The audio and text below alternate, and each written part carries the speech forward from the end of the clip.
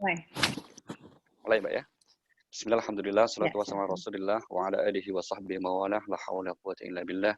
Allahumma faqihna fid din wa 'allimna ta'wil amma ba'd. Kali ini kita setelah dalam 2 kali pertemuan kita membicarakan tentang bagaimana agar hati menjadi tentram ketika menghadapi wabah ini dan juga agar tidak khawatir, tidak takut dan tidak sedih. Di 2 tema pada pertemuan sebelumnya.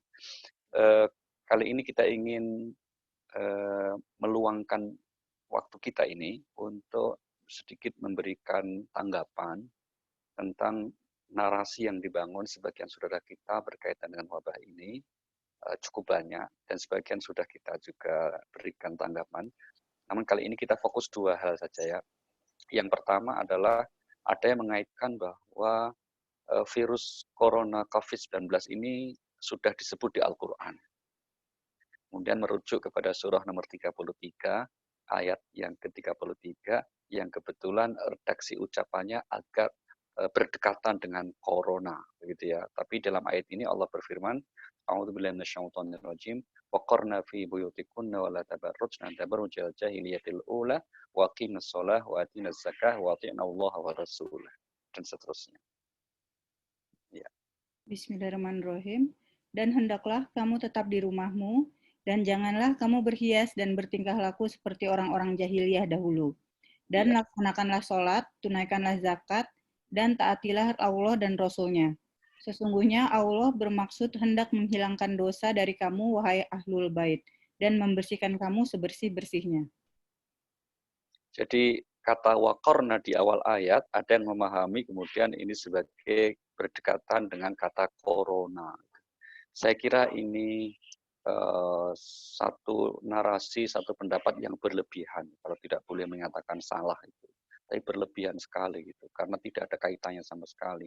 Kalau toh kemudian itu perintah agar tinggal di rumah, itu yang ditujukan maksudnya adalah kepada kaum wanita yang dalam agama kita diajarkan ataupun diperintahkan untuk fokus kepada aktivitas kehidupan domestik wilayah rumah tangga keluarganya.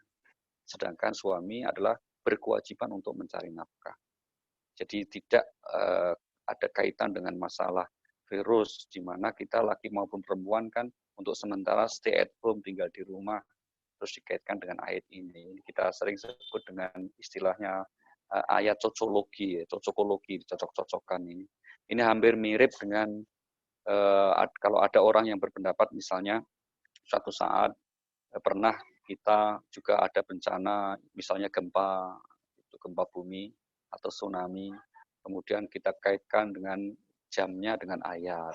Misalnya gempa terjadi pada pukul 17:35, maka lihatlah surah 17:35. Itu salah satu bentuk cara memahami Al-Quran yang tidak pada tempatnya. Tidak seperti itu cara kita memahami Al-Quran.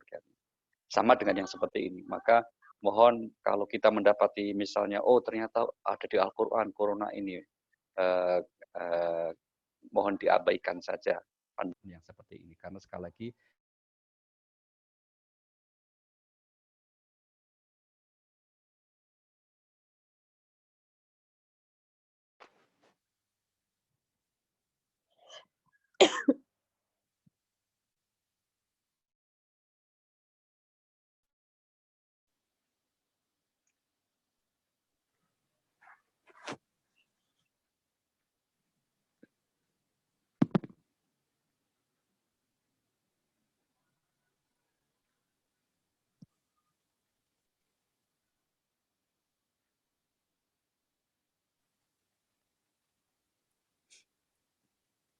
Ustaz. kalau kita lihat di Al-Quran, keseluruhan ayat yang bicara tentang kapan datangnya kiamat, mengindikasikan semuanya itu ada pada ilmu Allah Subhanahu wa Ta'ala. Mari kita lihat ya beberapa ayat-ayatnya untuk meyakinkan ini. Yang pertama misalnya di surah nomor 31, surah Luqman ayat 34. Ya, surah 31 ayat 34. Ini ada 5 hal yang menjadi rahasia Allah Subhanahu wa Ta'ala yang tidak diberikan informasinya secara lengkap dan detail kepada manusia. Apa itu? Kita lihat. 31. Surah 31, ya. Bismillahirrahmanirrahim. Sesungguhnya hanya di sisi Allah ilmu tentang hari kiamat. Sudah Mbak. Sesungguhnya hanya di sisi Allah ilmu tentang hari kiamat. Tentang juga kapan hari kiamat itu datang. Sehingga ketika ada orang yang bertanya kapan datang kiamat itu, misalnya di Al-Quran juga direkam. Karena yang bertanya bukan hanya kelompok kita atau manusia seperti yang hidup di zaman kita. Di masa Rasulullah pun tidak sedikit orang yang penasaran kapankah kiamat tiba itu. Maka dialog itu kemudian direkam oleh Al-Quran dan Allah turunkan. Ya, misalnya di surah nomor 7 Al-A'raf ayat 187, yas'alunaka 'anis sa'ati ayyana mursaha qul innama 'ilmuha 'inda rabbi. Begitu. Surah 7 Al-A'raf ayat 187. Bismillahirrahmanirrahim. Mereka menanyakan kepadamu Muhammad tentang kiamat. Kapan terjadi? Katakanlah, sesungguhnya pengetahuan tentang kiamat itu ada pada Tuhanku. Tidak ada seorang pun yang dapat menjelaskan waktu terjadinya selain Dia. Kiamat itu sangat berat huru-haranya bagi makhluk yang di langit dan di bumi, tidak akan datang kepadamu kecuali secara tiba-tiba. Mereka bertanya kepadamu seakan-akan engkau mengetahuinya. Katakanlah Muhammad, sesungguhnya pengetahuan tentang hari kiamat ada pada Allah, tetapi kebanyakan manusia tidak mengetahui. Jadi jangankan kita ya, termasuk para ustadz, para ulama, bahkan Rasulullah SAW pun oleh ayat ini dikatakan tidak mengetahui, kecuali yang memang diinformasikan oleh Allah. Nanti juga ungkapan yang senada diulang juga di surah 33 ayat 63 dan di surah 20 yaitu surah Toha ayat yang ke-15. Inti substansinya sama, yaitu bahwa kedatangan hari kiamat itu adalah rahasia Allah. Tidak ada manusia atau seorang pun yang diberikan bocoran tentang rahasia ini. Nah, tapi ada kemudian memang tanda-tanda yang disebut di dalam Al-Quran maupun dalam hadis. Kalau dalam Al-Quran tidak banyak ayat yang menjelaskan tentang tanda-tanda akan datang kiamat. Kira-kira kenapa? Karena Al-Quran lebih mengedepankan pada bahwa kiamat itu yang pasti tiba.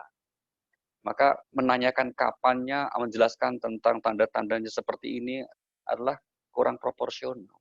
Karena Pak Wong sudah jelas tiba. Bahkan dalam Al-Quran itu dikatakan sudah dekat. Ya, sudah dekat kiamat itu. Tapi dekat yang dimaksud adalah salah satu maknanya bukan dalam konteks hitungan waktu, tapi maknanya bahwa ini sesuatu yang pasti terjadi.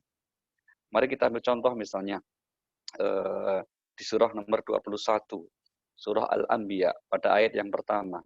Allah berfirman, "Yaqtaraba lin-nasi hisabuhum wa hum fi ghaflatin mu'ridun." Bismillahirrahmanirrahim. Telah semakin dekat kepada manusia perhitungan amal mereka, sedang mereka dalam keadaan lalai dengan dunia, berpaling dari akhirat. Telah dekat saatnya perhitungan amal manusia. Jadi kata-kata telah dekat. Nanti di awal surah 16 itu malah lebih tegas lagi. Ada amrullah, telah tiba keputusan Allah. Para ulama dalam menjelaskan ayat-ayat seperti ini, misalnya di surah 16 ayat pertama, bagaimana sesuatu yang belum terjadi oleh Allah kok dikatakan telah. Ya kan? Itu artinya informasi yang belum terjadi. Sesuatu yang belum terjadi, tapi kemudian kok dijelaskan, diinformasikan menggunakan kalimat masa lampau atau fi'il mazi. Kita ambil contoh di surah 16 ayat pertama itu Mbak, coba kita lihat. Ata amrullah fala tasta'jilu subhanahu wa ta'ala amma yusyrikun, misalnya begitu. Ketetapan Allah pasti datang, maka janganlah kamu meminta agar dipercepat datangnya. Maha suci Allah dan maha tinggi Dia dari apa yang mereka persekutukan. Ketetapan di sini maksudnya kiamat. Sudah jelas tiba. Maka nggak usah minta disegerakan, nggak usah nanya kapan waktunya. Sudah jelas tiba kok. Sehingga Al-Quran itu mengajarkan agar kita itu fokus bukan tentang kapannya, bukan tentang apa tanda-tandanya, tapi fokuslah dengan apa yang menjadi bekal ketika kiamat itu pada akhirnya datang. Karena apa? Itu sudah sesuatu yang pasti terjadi. Sehingga kemudian lebih banyak ayat-ayat yang kita temukan untuk memberikan sanggahan bagi orang-orang yang tidak menyetujui atau tidak percaya akan adanya kiamat dan hari kebangkitan. Itu justru lebih banyak ayatnya itu. Misalnya gini, kan pada umumnya manusia ketika Al-Quran itu turun, yaitu zaman jahiliyah, baik dalam khususnya di periode Mekah, mereka itu tidak percaya bahwa akan ada kiamat, dan setelah manusia itu mati akan dibangkitkan, mereka itu tidak percaya sama sekali. Maka kemudian Al-Quran memberikan argumentasi bahwa yang namanya kebangkitan, maka kata kiamat juga disebut yaumul ba'ats, hari dibangkitkan, ya, itu pasti tiba. Bagaimana logika ini? Jadi seorang muslim juga harus mengedepankan berpikir yang jernih, yang sungguh-sungguh. Karena Al-Quran pun juga mengajak kita untuk berpikir dengan sungguh-sungguh, termasuk dalam memahami adanya hari kebangkitan ini. Mari kita lihat contohnya, bagaimana Al-Quran begitu indah menggambarkan ini. Surah nomor 17, Surah Al-Isra, pada ayat 49, 50, dan 51, sampai 51. Di mana Allah berfirman, menggambarkan waqalu a idza kunna turaba wa idhaman a inna lamab'usuna khalqan jadida. Bismillahirrahmanirrahim. Dan mereka berkata, apabila kami telah menjadi tulang belulang dan benda-benda yang hancur, apakah kami benar-benar akan dibangkitkan kembali sebagai makhluk yang baru? Katakanlah, Jawabannya apa? jadilah Ya, kami batu atau besi, atau menjadi makhluk yang besar yang tidak mungkin hidup kembali menurut pikiranmu. Maka mereka akan bertanya, siapa yang akan menghidupkan kami kembali? Katakanlah, yang telah menciptakan kamu pertama kali. Lalu mereka akan menggelengkan kepalanya kepadamu dan berkata, kapan kiamat itu akan terjadi? Katakanlah, barangkali waktunya sudah dekat. Iya, sudah dekat. Jadi ketika mereka bertanya, mustahil, kita sudah jadi tulang belulang, sudah jadi tanah, sudah jadi debu, kok nanti bisa dibangkitkan lagi, itu mereka menuduh Rasulullah itu gimana sih, nggak mungkin lah kayak gitu, nggak masuk akal gitu. Maka Allah kemudian menyampaikan pesannya kepada Nabi, wahai Nabi, katakanlah, kul kunu hijaratan. Nah, jangankan kok jadi tulang, kalau bisa orang mati itu terus jadi hijarah batu, au hadidan, atau jadi apa? Jadi besi. Batu kan mustahil dibangkitkan, apalagi besi. Yang ketiga apa? Atau menjadi apa saja yang menurut pikiran logikamu itu nggak mungkin akan bisa dibangkitkan. Itu cara menggiringnya begitu. Coba kamu pikirkan baik-baik. Maka Allah bertanya, yang nanti membangkitkan siapa? Jawabannya, yang pertama kali menciptakan. Artinya apa? Kalau menciptakan dari yang tidak ada menjadi ada, itu pun bagi Allah dikatakan kun fayakun. Prosesnya mudah, cepat, dan sepele. Apalagi kalau kemudian membangkitkan sesuatu yang pernah ada. Maka akal sehat kita mengatakan itu mestinya adalah lebih mudah. Mestinya itu lebih gampang ketimbang menciptakan yang pertama kali. Ini contoh bagaimana Al-Quran membangun kesadaran cara berpikir kita bahwa kebangkitan itu pasti ada, yang namanya kiamat itu pasti tiba, maka lagi-lagi di akhir ayat yang ke-51 dikatakan itu boleh jadi sudah dekat. Maka berhentilah kita untuk sering membuat narasi tentang bahwa kiamat sudah dekat, bahwa tanda-tanda sudah ada. Iya, jelas itu yang sudah. Tapi jangan sampai kita beragama itu karena spirit ketakutan. Al-Quran itu membangun, agama kita itu membangun, kenapa? Karena kegembiraan, karena ada janji kebahagiaan, bukan karena dasar ketakutan.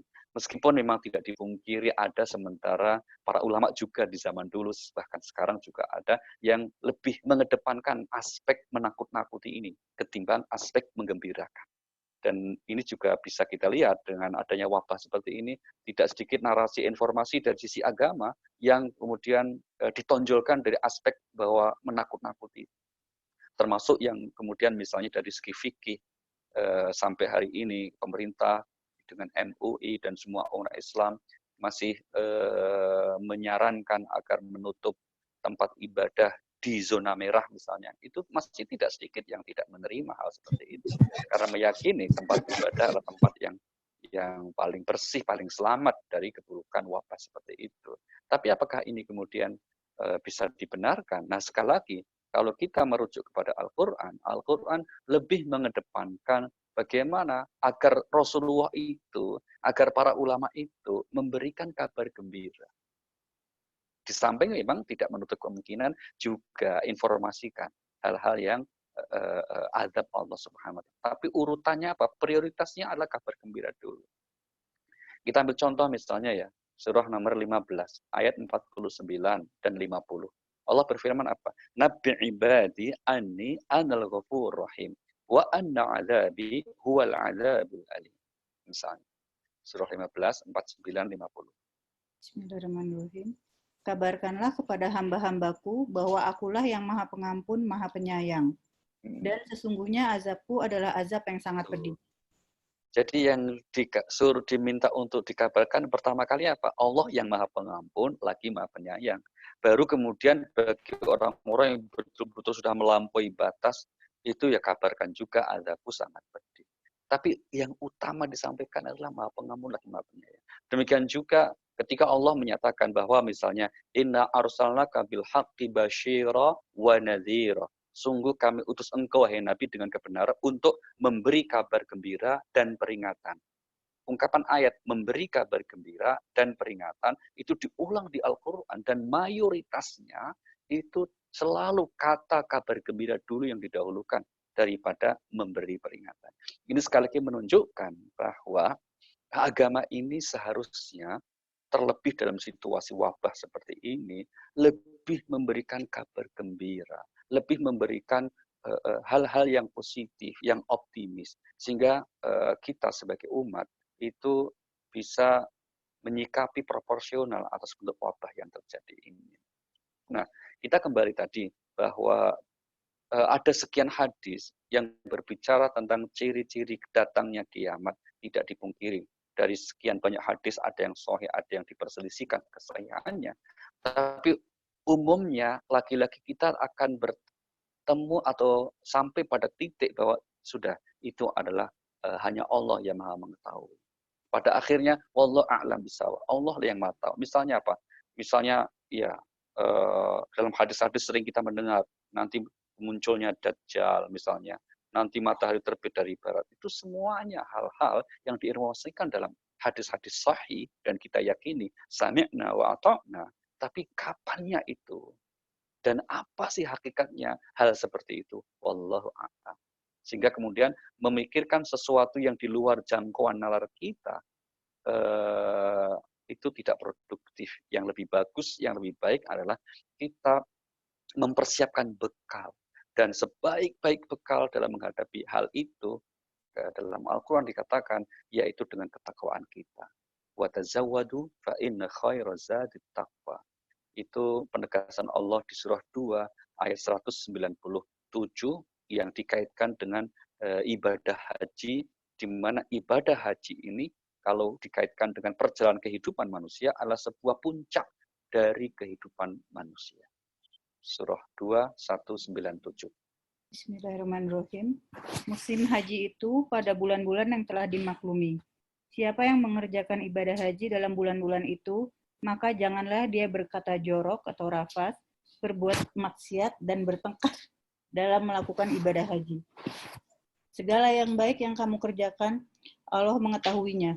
Bawalah bekal, karena sesungguhnya baik-baik bekal adalah takwa. Dan bertakwa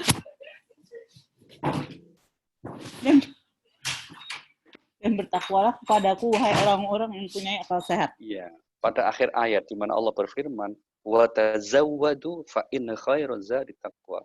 Berbekalah kamu, bawalah bekal, karena sebaik-baik bekal itu adalah takwa. Maka sekali lagi informasi di media sosial yang sering kali mengaitkan termasuk wabah COVID-19 ini dengan tanda-tanda kiamat yang dikaitkan dengan misalnya penutupan Masjidil Haram, Al-Haramain, ya di Masjidil Haram Nabawi dengan peristiwa kiamat yang sudah dekat. Kita tidak ingin mengatakan bahwa itu salah, bahwa itu narasi yang tidak benar, tidak tepat, tidak, itu berlebihan. Tapi yang jelas apa? Tidak produktif untuk kita semuanya. Karena apa? Tanpa mengaitkan itu pun kita harus meyakini bahwa kiamat itu memang sudah dekat. Tanpa kita mengaitkan bahwa wabah ini tanda kiamat, kita seandainya nggak ada wabah ini pun kita harus yakin bahwa kiamat memang sudah dekat. Sehingga tidak perlu menunda kalau ingin berbuat baik. Tidak perlu menunda kalau ingin beramal soleh. Sudah saatnya. Apalagi kalau yang kita maksud kiamat adalah kiamat kecil, yaitu kematian individu-individu. Dalam ayat yang tadi juga sudah dibaca, lanjutannya itu dikatakan, وَمَا تَدْرِ نَفْسٌ مَاذَا تَكْسِبُ غَدًا وَمَا تَدْرِ نَفْسٌ بِأَيِّ أَرْضٍ تَمُوتُ. Kamu tidak tahu di bumi mana kamu akan dipanggil oleh Allah Subhanahu wa taala. Artinya apa? Salah satu yang sangat rahasia di samping masalah kiamat dalam konteks individu adalah kematian pribadi individu kita masing-masing. Kita tidak tahu kapan setiap orang itu akan diberikan kematiannya atau kapan wafatnya dipanggil oleh Allah Subhanahu wa taala. Itu sepenuhnya menjadi rahasia Allah Subhanahu wa taala.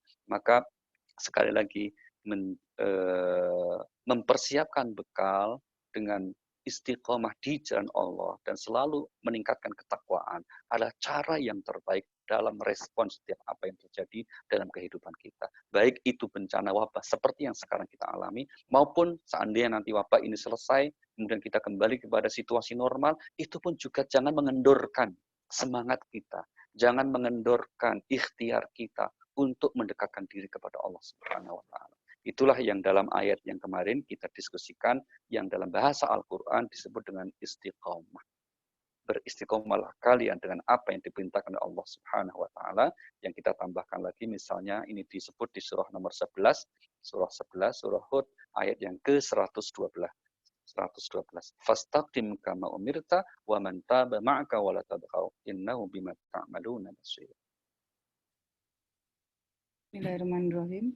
Maka tetaplah engkau Muhammad di jalan yang benar, sebagaimana telah diperintahkan kepadamu dan juga orang yang bertobat bersamamu. Dan janganlah kamu melampaui batas. Sungguh dia maha melihat apa yang kamu kerjakan. Iya, maka tetaplah kamu, wahai Nabi dan kaum muslim, untuk tetap di jalan Allah Subhanahu wa taala, apapun kondisi situasinya. Ini saya kira himbauan baik kita sedang tertimpa wabah maupun dalam situasi yang normal menurut kita, tetaplah istiqomah di jalan Allah dan syukur-syukur kemudian kita bisa terus meningkatkan kebaikan-kebaikan kita. Tapi memang di lanjutan ayat itu juga dikatakan wala tanhau, kamu jangan melampaui batas. Maksudnya apa? Dalam agama kita, prinsip kita beragama, beramal itu adalah proporsional. Itu yang kemudian kita kenal dengan wasatiyah. Kita moderat di titik tengah. Jangan melampaui batas.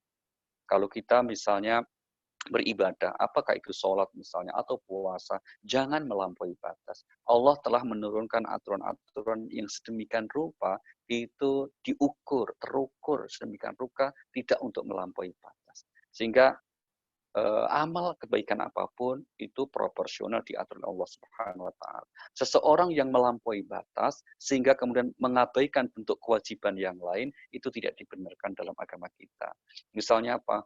Karena seseorang sedang bersemangat beribadah, apakah itu berzikir atau sholat, tapi sampai mengabaikan kewajiban utama yang lain.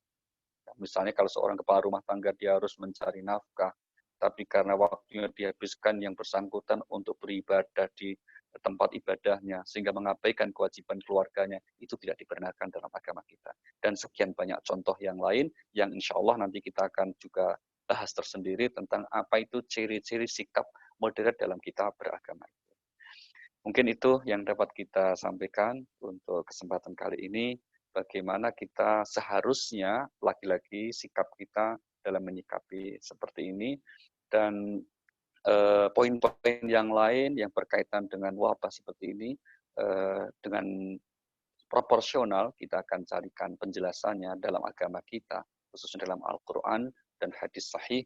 Lagi-lagi kita ingin mengingatkan, karena para pemangku kepentingan, baik para ulama termasuk khususnya juga para umar pemimpin kita, telah menghimbau untuk sementara waktu kita agar tinggal di rumah, berhati-hati kalau seandainya harus keluar mengenakan masker, itu bentuk ikhtiar kita semuanya, maka bismillah kita ikuti anjuran-anjuran seperti itu juga bagian dari ibadah kita kepada Allah Subhanahu wa taala.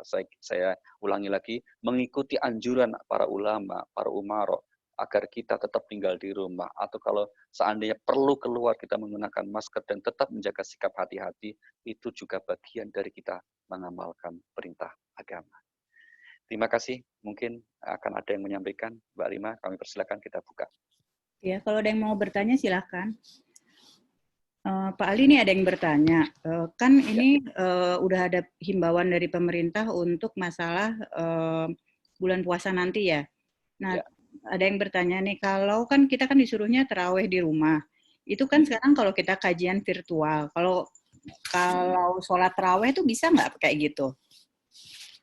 Oh, tarawih virtual gitu ya, Mbak ya? Iya. Nah, ada nanya nih. Ya, iya ya baik, pertanyaan yang bagus sekali. Ya, misalnya saya di Pamulang jadi imam tarawih, nanti teman-teman mengikuti tidak ya. Kalau sholatnya masing-masing saja. Kalau kajian virtualnya boleh ya.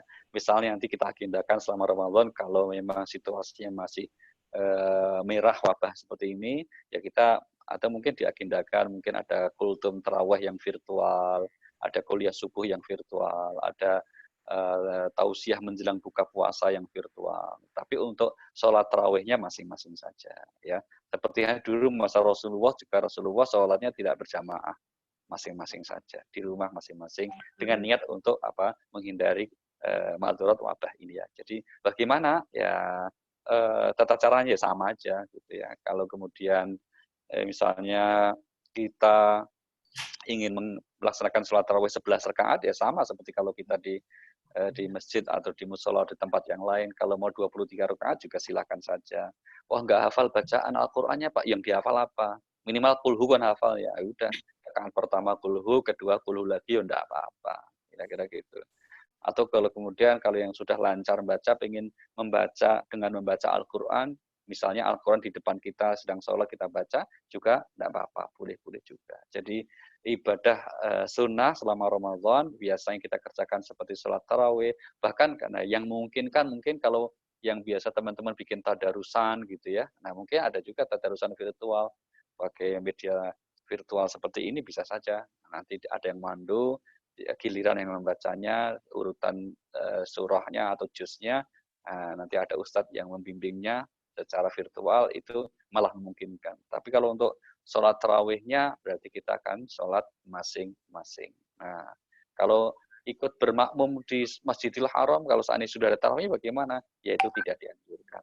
Ya, artinya apa? So, dalam konteks ini kita dalam satu majelis atau dalam satu area, satu tempat, itulah berjamaah. Gitu. Baik, begitu Mbak. Ya, Pak. Pak, ini ada lagi yang nanya nih Pak. Kalau lagi puasa Senin Kamis, taunya sorenya jatuh sakit. Badannya kurang fit gitu, tapi biasa puasa taunya sakit. Itu ibadah yang berlebihan nggak Pak? Mengingat Kamis itu puasa nisfu Sa'ban. Oh, kalau sejak awal sudah sakit, ketahuan sakit ya, atau nggak enak badan, terus kemudian kita memaksakan ya untuk tetap puasa sunnah, itu berlebihan namanya Mbak. Ya, berlebihan. Wong jangankan ibadah sunnah ya, yang wajib saja puasa Ramadan kan wajib. Seandainya sedang sakit pun itu diberikan keringanan untuk tidak puasa. Kan gitu. Nanti membayar di puasa yang lain. Maka ketaatan kita terhadap perintah Allah ya dengan tidak berpuasa itu kan perintah Allah juga, bentuk keringanan. Maka itu juga ibadah namanya. Jadi saya ulangi, kita berpuasa dalam keadaan sehat, puasa sunnah tentu pahalanya bagus, baik sekali. Ya, apalagi di bulan Sya'ban, Ayyamul Bidnya gitu ya. Ada yang kemudian besok malam disebut dengan nisfu Sya'ban misalnya gitu. Sehingga kemudian kita ingin puasa pada hari Rabu, Kamisnya, dan seterusnya. Nah itu tentu saja baik. Tapi kalau kemudian ketika kita merasa kurang sehat sejak awalnya gitu ya, terus memaksakan diri akhirnya sakitnya tambah parah, maka itu yang disebut berlebihan. Maka ingat, kita tidak melaksanakan puasa sunnah karena kurang sehat, itu juga bagian dari ketaatan kita atas perintah agama. Itu. Ya, tadi. Nah, Bedanya kalau kemudian misalnya kita fit kok, sehat, nggak ada apa-apa kok. Itu kemudian di pertengahan waktu, misalnya di zuhur atau asar, kok kemudian kita sakit, sudah, itu berarti ya segera dibatalkan. Gitu ya. Nah, kalau gitu berarti apa? Kita insya Allah sudah mendapatkan pahala ibadah sunnahnya. Karena apa? Sudah niat dan sudah dilaksanakan. Kita sudah niat dan sudah melaksanakan amal ibadah sunnah tersebut, tapi karena uzur syar'i yaitu sakit, kita tidak teruskan, akhirnya dibatalkan, maka insya Allah kita sudah mendapatkan pahala kesunahan dari ibadah puasa sunnah tersebut. Begitu, Mbak. Iya, terima kasih Pak. Apa ada lagi yang mau bertanya? Ya.